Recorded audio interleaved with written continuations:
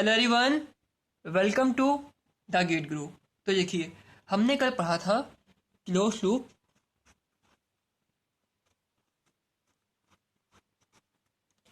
Control system के बारे में। तो हमने यहाँ देखा था कुछ, क्या हम देख रहे हैं, एक डायग्राम देखा था यहाँ पे। उस डायग्राम में क्या था, यहाँ पे लगा हुआ था आपका एक कंट्रोलर। यहाँ पे क्या था, यहाँ पे सिस्टम, जिसको हम प्लांट बोल सकते हैं, इसको हम प्रोसेस भी बोल सकते हैं ना, जिसको हम प्लांट बोल सकते हैं या फिर प्रोसेस भी बोल सकते हैं। तो सिस्टम लिख रहा हूँ यहाँ पे सिर्फ में। यहाँ पे क्या मिलता था, यहाँ पे मिलता था आपको आउटपुट, है ना। और यहाँ से एक ऐसे पाथ क्या होता है, यहाँ पे क्या लगा हुआ था, यहाँ पे लगा हुआ था आपका फीडबैक, है ना। ये फीडबैक नेटवर्क यहाँ पे लगा हुआ था, जिसके अंदर सेंसर्स होते हैं बेसिकली। यहाँ पे क्या था, यहाँ पे समी पॉइंट था और यहाँ से ऐसे निकल के यहाँ जा रहा था ना, यहाँ सम हो रहा था। यहाँ पे क्या था, इनपुट हम यहाँ पे दे रहे थे RT। यहाँ प्लस था, यहाँ पे प्लस में कुछ भी हो सकता है, डिपेंड करता है आपने कौन सा फीडबैक लिया है। ठीक है, अब अच्छे समझो, यहाँ पे बात समझना ध्यान से। हमने देखा क्या था कि यहाँ पे निकल के आती है आपकी एरर। एरर आपकी यहाँ पे निकल के आती है, क्या आपकी एरर। क्लियर।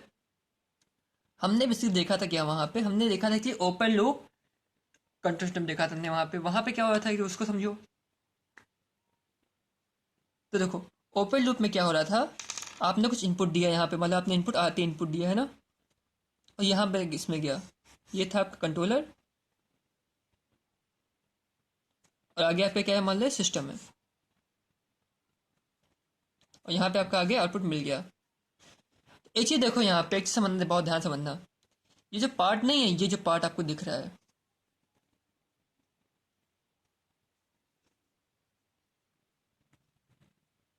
जो पार्ट दिख रहा है आपको, सेम यही पार्ट यहाँ पे नहीं है।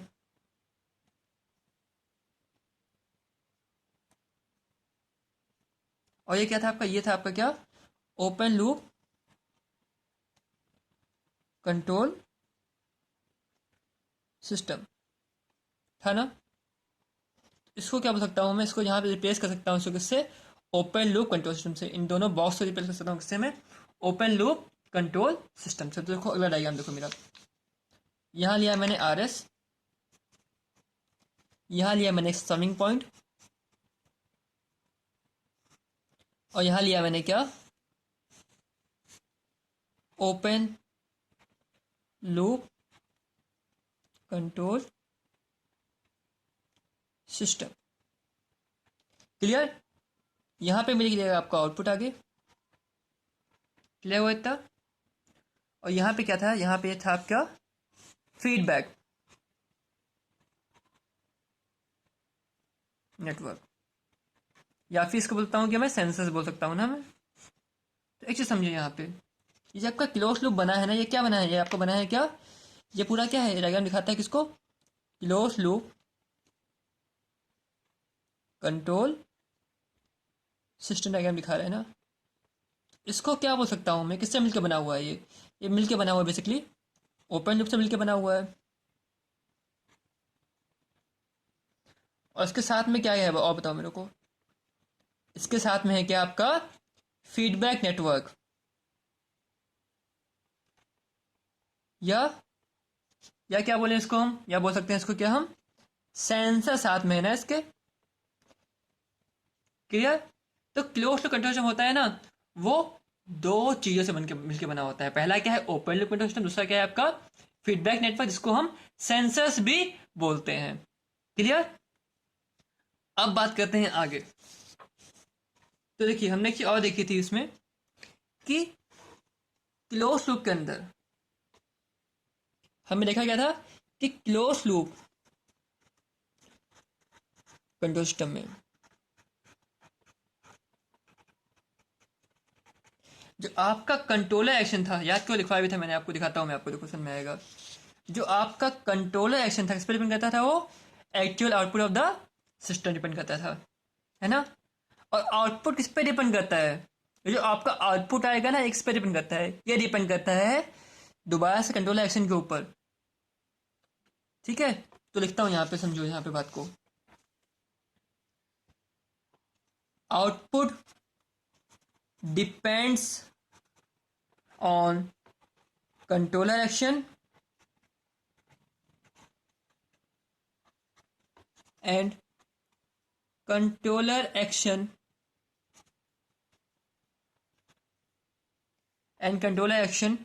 also depends on output। इसको समझते हैं बहुत ही ध्यान से।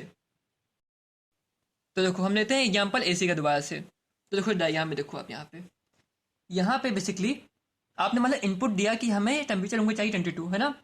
उस समय उस टाइम पे रूम टेम्परेचर कितना है, 25 था। तो हो गया 25 है, यहाँ पहुंच जाएगा ना।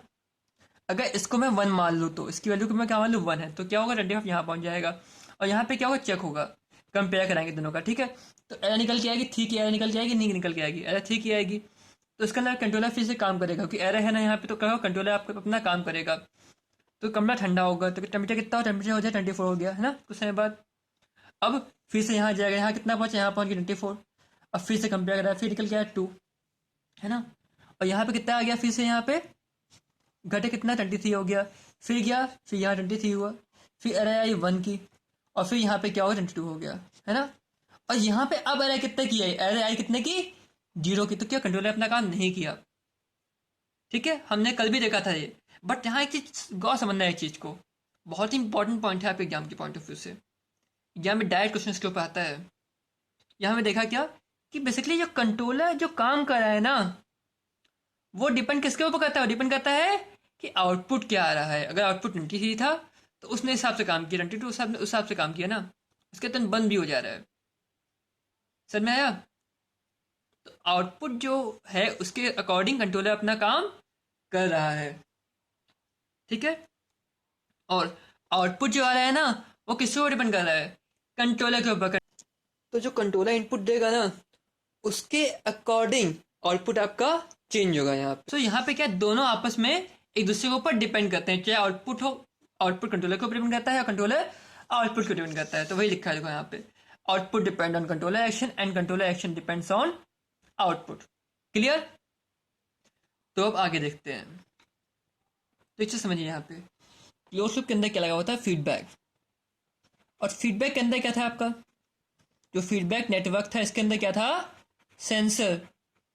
तो आपको चीज पता होनी चाहिए कि कहीं पर भी अगर सेंसर्स लग जाते हैं ना, तो वहां पे क्या होता है, मैन पावर हमें कम से कम चाहिए होता है ना।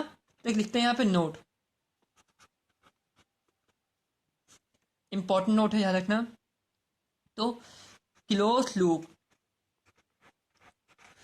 कंट्रोल सिस्टम reduces manpower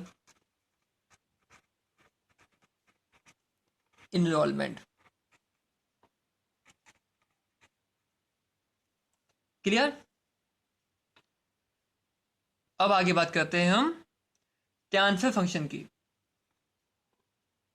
तो देखिए transfer function,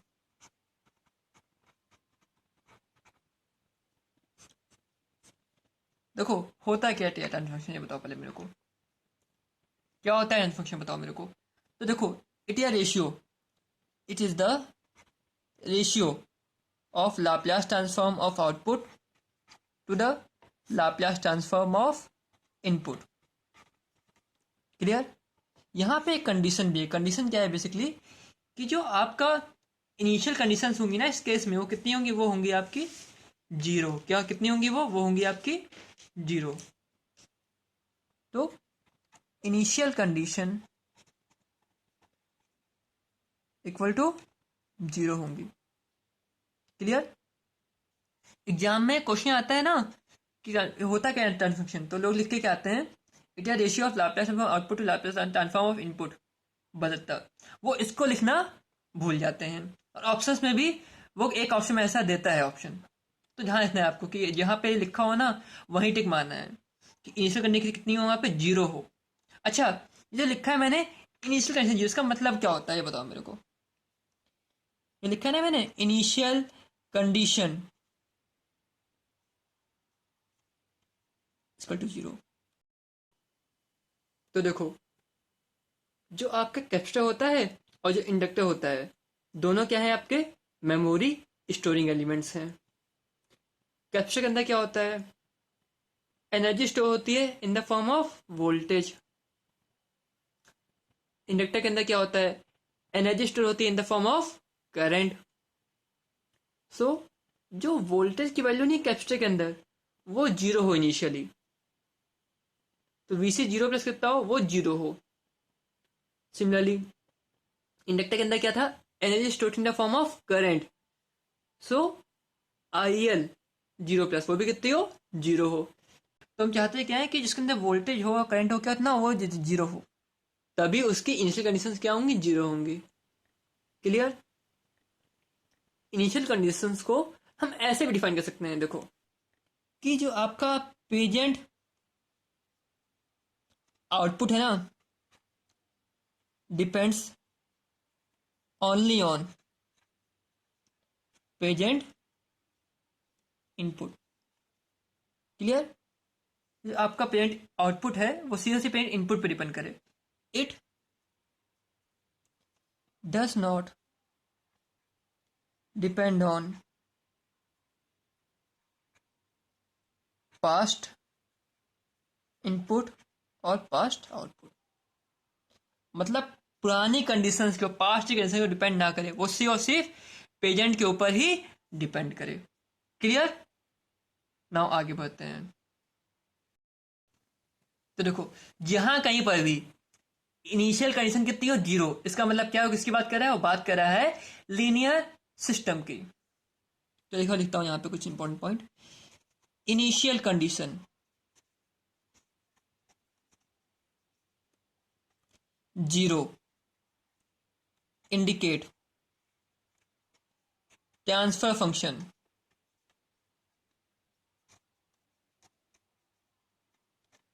only applicable for linear system। Clear. उसी और सिर्फ लीनियर सिस्टम के लिए ही होगा, ठीक है, but not for non linear system.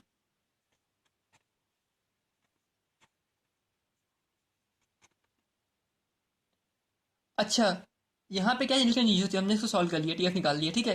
But अगर कहीं पर इनिशियल कंडीशन जीरो ना हो रही हो तो क्या करोगे, तो होता है आपका नॉन लीनियर सिस्टम। ठीक है। अगर इनिशियल कंडीशन क्या हो जाए आपकी, नॉन जीरो हो जाए, ठीक है, तो ये होता है क्या आपका, ये होता है आपका नॉन लीनियर सिस्टम। तो नॉन लीनियर सिस्टम को सॉल्व करने के लिए हमें हेल्प लेनी पड़ती है किसकी, स्टेट स्पेस एनालिसिस की। ठीक। इसकी बात हम आगे करेंगे, आगे आएगा ये चैप्टर पूरा। ठीक। तो अब समझते हैं कुछ चीजें लाप्लास के बारे में, क्योंकि टीएफ क्या था बेसिकली, इसमें लाप्लास आता है, लाप्लास क्या होता है, तो आपको समझते हैं, फॉर्म में लाप्लास की याद करते हैं और तब आगे क्वेश्चंस की बात करेंगे। क्लियर। तो देखो, पहला फॉर्मूला में लिया है Laplace transform of del t. इसकी वैल्यू होती है 1। डेल टी क्या है, डेल टी को बोलते हैं आपका हम इम्पल्स फंक्शन। क्लियर। दूसरा फॉर्मूला है लाप्लास ट्रांसफॉर्म ऑफ यूटी। इसकी वैल्यू होती है 1/s। ये यूटी क्या है, यूटी बोलते हैं क्या आपका, यूनिट स्टेप फंक्शन। क्लियर। अगला फॉर्मूला है लाप्लास ट्रांसफॉर्म ऑफ टी की पावर एन यूटी। इसका फॉर्मूला होता है फैक्टोरियल एन अपॉन एस की पावर एन प्लस 1। क्लियर। अगला फॉर्मूला है Laplace transform of sine eighty UT. इसका फॉर्मूला होता है ए upon s square plus a square. इसके फॉर्मूला आता है Laplace transform of cos eighty UT. इसका फॉर्मूला होता है आपका S upon s square plus a square. Cos 80 का फॉर्मूला क्या होता है? S upon s square plus a square. Clear? तो इतना इंपॉर्टेंट फॉर्मूले हैं आपके लाप्लास के जो आपको याद रखने हैं।